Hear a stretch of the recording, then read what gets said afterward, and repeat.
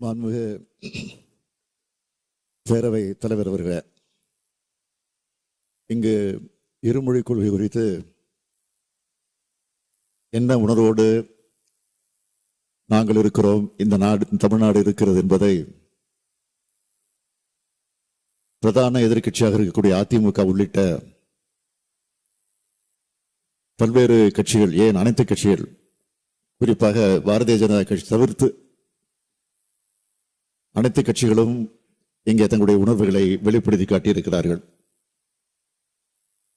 நம்முடைய எதிர்க்கட்சியினுடைய துணைத் தலைவர் அவர்கள் அதிகாரிகள் மூலமாக இந்த இருமொழி கொள்கை மும்மொழி கொள்கையை குறித்து மத்திய அரசிடமிருந்து ஒன்றிய அரசிடமிருந்து கடிதம் வந்ததாகவும் அந்த கடிதத்திற்கு விளக்கம் தந்த போது அதில் ஒரு தவறான கருத்தை நாடாளுமன்றத்தில் பதிவு செய்யக்கூடிய நிலையில இருந்திருக்கிறது என்பதையும் சுட்டிக்காட்டியிருக்கிறார்கள். தயவுசெய்து எந்த சந்தேகப்பட வேண்டாம், அதிலே நாங்கள் உறுதியாக இருக்கிறோம். எந்த காரணத்தை கொண்டும் இதை ஏற்றுக்கொள்ள மாட்டோம் என்றுதான் அவர்களுக்கு நாங்கள் விளக்கம் தந்திருக்கிறோம். இன்னும் கூட இந்த நேரத்தில் எங்களுடைய அன்பான வேண்டுகோள், ஏனென்றால் பிரதான எதிர்க்கட்சியாக இருக்கக்கூடிய அதிமுகவை சார்ந்த எதிர்க்கட்சியினுடைய துணைத் தலைவர்கள் பேசுகிற போது நாங்கள் என்றைக்கும் இந்த விஷயத்தில் ஒட்டுமொத்தமாக இருப்போம் என்ற உறுதியை தந்திருக்கிறார்கள். இன்று காலையில கூட நம்முடைய எதிர்க்கட்சி தலைவர் டெல்லிக்கு சென்றிருப்பதாக செய்தி வந்திருக்கிறது. டெல்லிக்கு செல்லுகிற நேரத்தில் யாரை சந்திக்க போகிறார் என்ற அந்த செய்தி வந்திருக்கிறது. அப்படி சந்திக்க நேரத்தில் இது குறித்து அவர் வலியுறுத்த வேண்டும் என்ற அந்த வேண்டுகோளை இந்த அவையின் மூலமாக நான் எடுத்து வைக்க கடமைப்பட்டிருக்கிறேன். மாண்புமிகு பேரவைத் தலைவர் அவர்களே, தமிழ்நாட்டு மக்களின் உயர்நிலை கொள்கையான இருமொழி கொள்கை குறித்து மாமன்ற உறுப்பினர்கள் தெரிவித்த கருத்துக்களோடு தமிழ்நாடு அரசு முழுமையாக உடன்படுகிறது என்பதை இந்த மாமன்றத்தில் நான் மீண்டும் உறுதி செய்கிறேன்.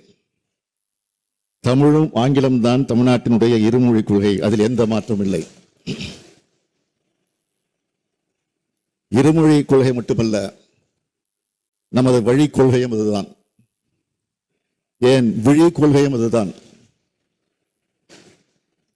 எந்த பழிச்சொல் சொன்னாலும் என் உயிர் கொள்கையில் விட்டுத்தர மாட்டோம், விட்டு விலக மாட்டோம் என்பதை மாமன்றத்தில் உறுதியாக மீண்டும் மீண்டும் நான் பதிவு செய்கிறேன். இந்தியை ஏற்காவிட்டால் பணம் தர மாட்டோம் என்று மிரட்டினாலும் பணமே வேண்டாம், தாய்மொழி காப்போம் என்ற அந்த உறுதியை நான் பல்லாயிரக்கணக்கான ஆசிரியர் பெருமக்கள் முன்னிலையில் விருத்தாசலத்தில் நடைபெற்ற பெற்றோர் ஆசிரியர் கழக மாநாட்டில் குறிப்பிட்டு காட்டியிருக்கிறேன். 2000 கோடி என்ன 10,000 கோடி கொடுத்தாலும் மும்மொழி திட்டத்தை ஏற்க மாட்டோம் என்று குறிப்பிட்டேன். மீண்டும் சொல்கிறேன், இது பண பிரச்சனை அல்ல, நம் இன பிரச்சனை.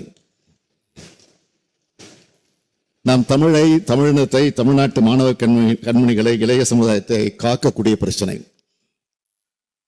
அவர்கள் நிதி தரவில்லை என்பதற்காக இனமானத்தை அடமான வைத்து வெகுமானம் பெறும் கொத்தடிமை அல்ல நாங்கள்.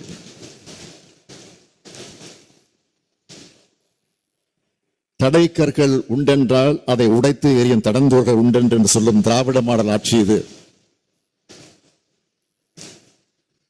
இந்த ஆட்சியில் தமிழ் மொழி காக்கக்கூடிய இரு கண்கள்.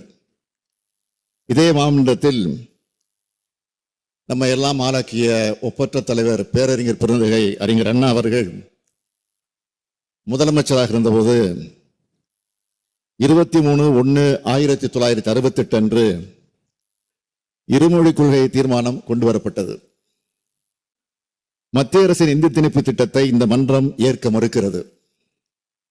மத்திய அரசின் திட்டத்தை ஏற்க மறுக்கக்கூடிய வகையில், மாணவர் எண்ணத்துக்கு மதிப்பளிக்கக்கூடிய வகையில் தமிழ்நாட்டில் உள்ள பள்ளிகள், கல்லூரிகள், பல்கலைக்கழகங்களில் தமிழ், ஆங்கிலம் ஆகிய இருமொழி கொள்கையே செயல்பாட்டில் இருக்கும். இது தமிழ்நாட்டுக்கு பேரறிஞர் அண்ணா அளித்த மாபெரும் கொடை.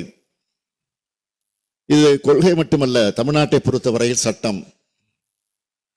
தாய் நிலத்துக்கு தமிழும் உலக தொடர்புக்கு ஆங்கிலமும் என்று அண்ணா வடித்த சட்டம் அது. தமிழிலும் ஆங்கிலத்திலும் கரை கண்டவர் வடித்து கொடுத்த சட்டம் அது. இந்த இருமொழி கொள்கைதான் அரை நூற்றாண்டு காலமாக தமிழ்நாட்டை வளர்த்து வந்துள்ளது. உலகளாவிய பரப்பில் நமது தமிழ் மக்கள் வாழவும், ஆளுமை செலுத்தவும், உயர்த்தவும், உன்னதமான உயரத்தை அடையவும் வழிவகுத்த கொள்கை இந்த இருமொழி கொள்கைதான். எந்த மொழிக்கும் எதிரானவர்கள் அல்ல நாம். இந்த இரு மொழிகளே போதும் என்று சொல்பவர்கள் நாம்.